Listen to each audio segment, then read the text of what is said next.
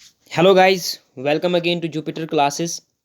तो आज हमारा जो टॉपिक रहेगा वो है इनकम मेथड। ठीक है, to measure the national income of a country.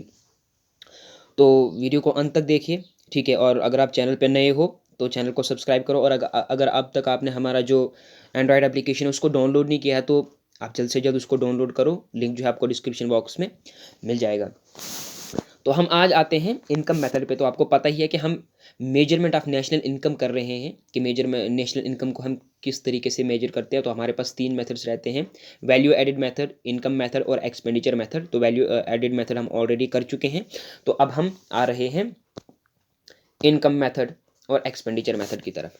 अब क्या है कि इनकम मेथड जो है वो नेशनल इनकम को डिस्ट्रीब्यूशन साइड से मेजर करता है। अब चूंकि इकोनॉमिक एक्टिविटीज़ जो हैं इकोनॉमी में उनको तीन एस्पेक्ट्स में डिवाइड किया जाता है, या फिर तीन कैटेगरियों में उसे बांटा जाता है। पहली कैटेगरी आती है प्रोडक्शन, फिर आता है कंजप्शन, फिर आता है डिस्ट्रीब्यूशन, फिर आता है कंजप्शन लास्ट पे। तो हम प्रोडक्शन एस्पेक्ट से या फिर प्रोडक्शन साइड से वैल्यू एडेड मेथड के थ्रू नेशनल इनकम को मेजर करते हैं, और इनकम मेथड में हम डिस्ट्रीब्यूशन साइड से मेजर करते हैं, और एक्सपेंडिचर मेथड में कंजप्शन साइड से। ठीक है, इसीलिए तो क्या कहते हैं, इस मेथड में हम डिस्ट्रीब्यूशन स्टेज पे इकोनॉमिक ये अपनी नेशनल इनकम को मेजर करते हैं। ठीक है, इन दिस मेथड सबसे पहले हम क्या करते हैं कि हम कि जितने भी इंडिविजुअल्स ने ऑल इंडिविजुअल जितने भी इंडिविजुअल्स हैं इकोनॉमी में, जितने भी इंडिविजुअल्स हैं उनकी इनकम को सम अप कर करके नेशनल इनकम को obtain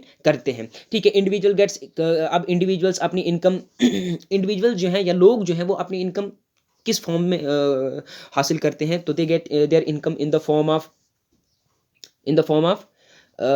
of rent for their land, in the form of wages for their labor services, in the form of salaries for employees, and the interest on the capital that they has employed in the production, or that they has given to the producer to produce something. Okay, and then is the profit, which is actually the income, or the remuneration of the entrepreneur. ठीक है, अब क्या होता है कि अब हम आते हैं कि कैसे कैसे किन स्टेप्स के थ्रू होकर के हमें नेशनल इनकम हासिल होगी, थ्रू ये क्या कहते हैं, डिस्ट्रीब्यूशन मेथड या फिर इनकम मेथड। फर्स्टली, सबसे पहले काम क्या किया जाता है, इकोनॉमी को वेरियस सेक्टर्स में डिवाइड किया जाता है, जैसे कि agriculture sector, fishing sector, farming, manufacturing, transport, trade and commerce, etcetera. ठीक है, उसके बाद क्या किया जाता है, दूसरे नंबर पर दूसरे नंबर पर हम क्या करते हैं, जितनी भी फैक्टर पेमेंट है उसको क्लासीफाई करते हैं, क्योंकि हम इनकम मेथड से इनकम को नेशनल इनकम को मेजर कर रहे हैं। तो सबसे पहले हमने इकोनॉमी को क्या किया, इकोनॉमी को मुख्तलिफ सेक्टर्स में डिवाइड किया। उसके बाद हमने जो वेजेस यानी कि जो तनख्वाह लोगों को मिलती है, या जो जो जो जो मॉनेटरी फंड्स लोगों को मिलती है टू परफॉर्म देयर उन प्रोडक्शन में अपनी सर्विसेज देने के लिए, तो हम उसको क्लासीफाई करते हैं वेजेस में। ठीक है, वेजेस में रेंट, इंटरेस्ट और प्रॉफिट। ठीक है, this is called mixed income. अब क्या होता है कि because income earn by such people is mixed of wages, rent and profit. अब क्या होता है कि कुछ इनकम जो है, कुछ लोग जो होते हैं वो सेल्फ एम्प्लॉयड होते हैं, कुछ लोग क्या होते हैं, सेल्फ एम्प्लॉयड होते हैं। अब वो सेल्फ एम्प्लॉयड होने का मतलब क्या है, उनकी लैंड भी अपनी होती है, कैपिटल भी अपनी होती है, वो खुद ही एंटरप्रेन्योर भी होते हैं, खुद ही लेबर भी होते हैं। तो वो जो इनकम कमाते हैं उसको मिक्स्ड इनकम कहते हो आप। ठीक है, क्या कहते हो आप, मिक्स्ड इनकम कहते हो आप। ठीक है, तीसरे नंबर पर हम क्या करते हैं, थर्ड नंबर पर हम क्या करते हैं, जो फैक्टर्स को हमने पेमेंट करी हुई होती है उसको एस्टिमेट करते हैं, यानी कि फैक्टर पेमेंट जो भी हुई होती है इकोनॉमी में उसका एस्टिमेट लगाते हैं। और हम इसको कैसे मेजर करते हैं, या फिर इस एस्टिमेट को हम कैसे बनाते हैं, तो हम क्या करते हैं, जितने भी फैक्टर्स या जितने भी यूनिट्स किसी एक पर्टिकुलर फैक्टर के एम्प्लॉय हुए हैं उनको मल्टीप्लाई करते हैं, हर एक फैक्टर को कितनी इनकम पे हुई है। ठीक है, हर फैक्टर को कितनी इनकम पे हुई है। सबसे पहले मैं बता दूं, सबसे पहला स्टेप क्या है, इकोनॉमी को वेरियस सेक्टर्स में डिवाइड करना। दूसरे नंबर पर जो इनकम है उसको कैटेगराइज करना, जैसे कि वेजेस, रेंट, इंटरेस्ट, प्रॉफिट या मिक्स्ड इनकम, ठीक है। तीसरे नंबर पर हम क्या करते हैं, जो फैक्टर पेमेंट हमने की हुई होती है उसको एस्टिमेट करते हैं, उसका पता लगाते हैं। उसका पता हम कैसे लगाते हैं, तो उसका पता हम आसानी से लगा सकते हैं कि हाँ भाई एक पर्टिकुलर फैक्टर ऑफ प्रोडक्शन के कितने यूनिट्स आपने एम्प्लॉय किए हुए हैं और हर एम्प्लॉयमेंट को और हर यूनिट को आपने कितना पे किया है। तो नंबर ऑफ यूनिट्स को मल्टीप्लाई करते हैं हर यूनिट को जितनी भी हमने पेमेंट करी हुई है उसके साथ मल्टीप्लाई करके, तो हमारे पास फैक्टर पेमेंट आ जाता है। चौथे नंबर पर हम क्या करते हैं, factor payments by all enterprises belonging to an industrial sector. फिर हम क्या करते हैं, किसी एक पर्टिकुलर इंडस्ट्री में जितने भी इंटरप्राइजेस आते हैं, तो हर एक इंटरप्राइज ने कितनी फैक्टर पेमेंट करी है उसको सम अप करते हैं, ठीक है। और जब हम इसको सम अप करते हैं तो इससे हमें एक पर्टिकुलर इंडस्ट्री की जो है पेमेंट देखने को मिलती है कि एक पर्टिकुलर इंडस्ट्री ने कितनी फैक्टर पेमेंट की है, ठीक है।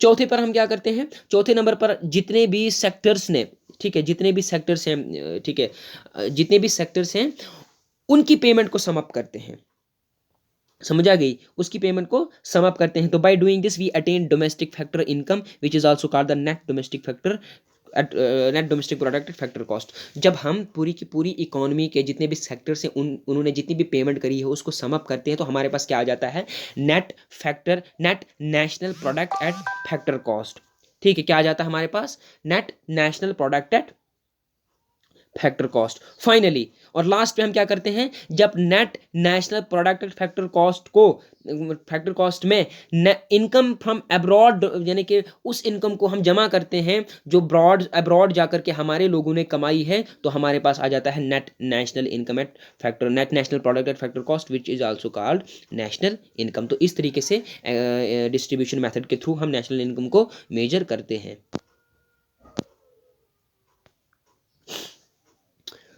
तो अब हम आते हैं एक्सपेंडिचर मेथड में, ठीक है।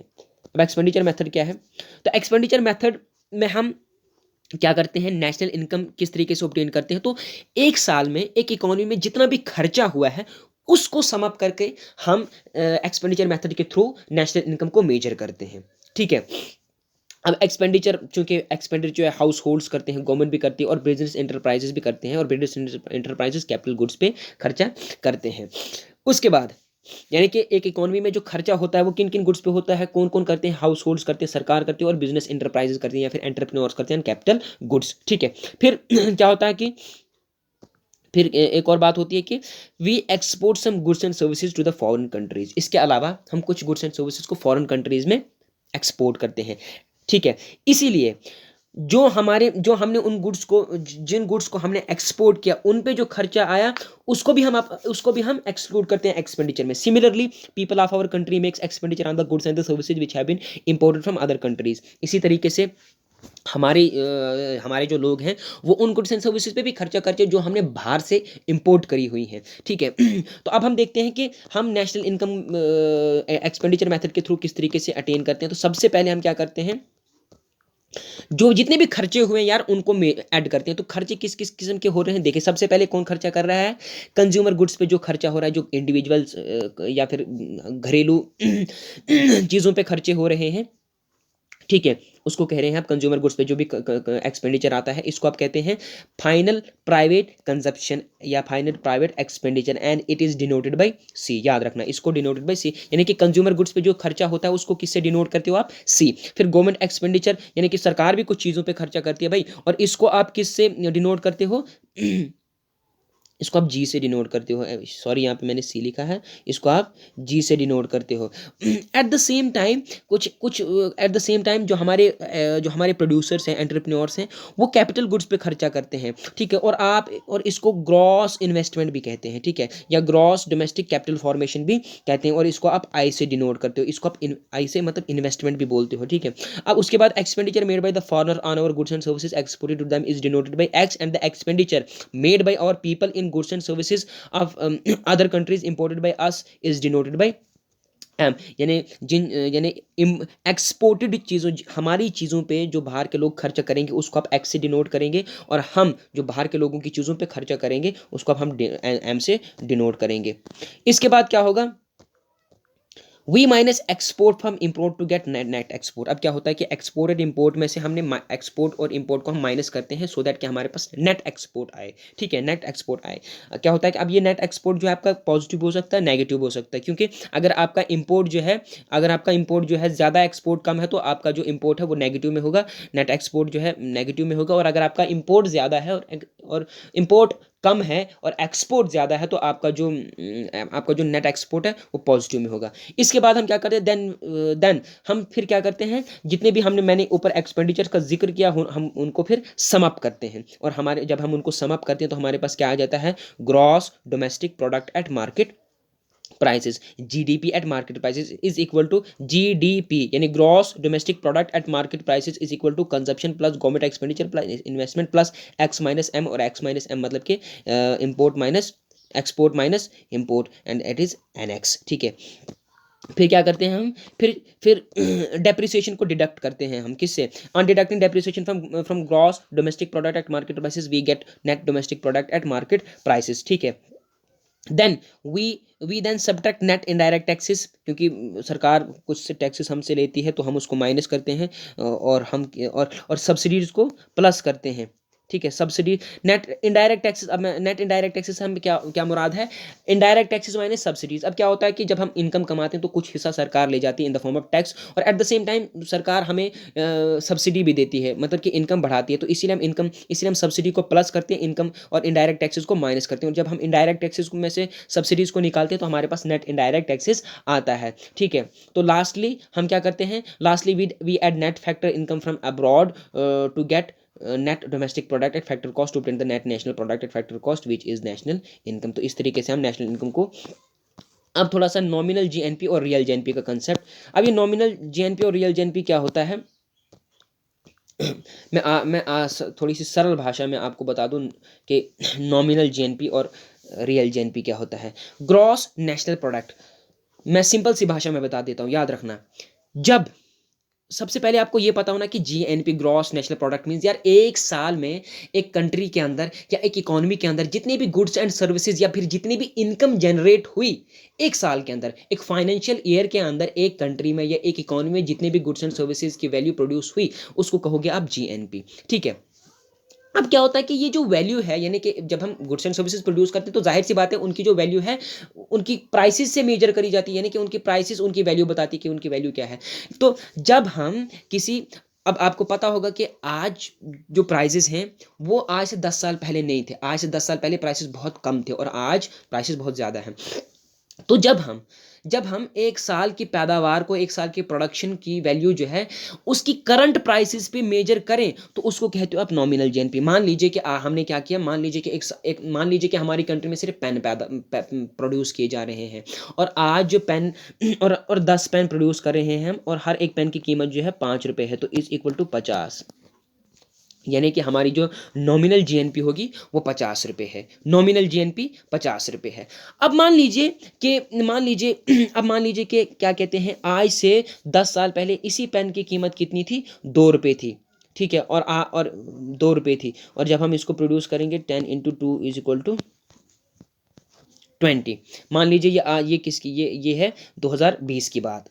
यह है 2020 में नॉमिनल, मान लीजिए एग्जांपल हम सपोज करते हैं, मान लीजिए कि 2020 में हमारी जो नॉमिनल जीएनपी थी वो 50 थी और रियल जीएनपी जो है वो 20 है।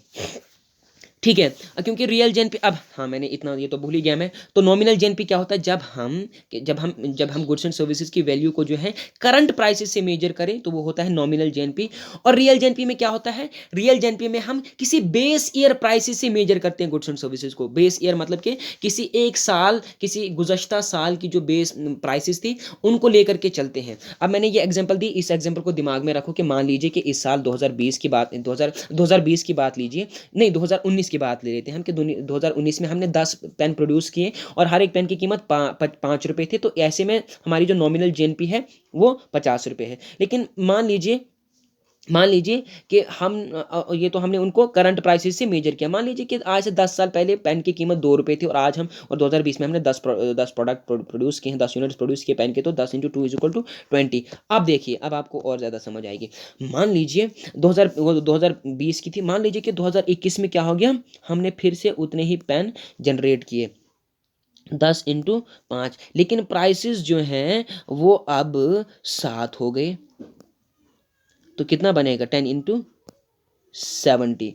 और at the same time 10 he goods produce हुए हैं, 10 ही यूनिट्स प्रोड्यूस हुए हैं, और बेस ईयर क्या था, 2 रुपये थे ना बेस ईयर प्राइस, तो 10 × 2 यानी 20 रुपये। तो उधर भी रियल इनकम जो है या रियल जेएनपी, वहाँ पर भी 20 रुपये था पिछले बार भी, और अभी भी 20 रुपये। लेकिन देख लीजिए, पहले हमारे पास नॉमिनल जेएनपी क्या था, 50 था, और अब क्या है 70। इसका मतलब 20 बढ़ गया, 50 से हम 70 पे आए।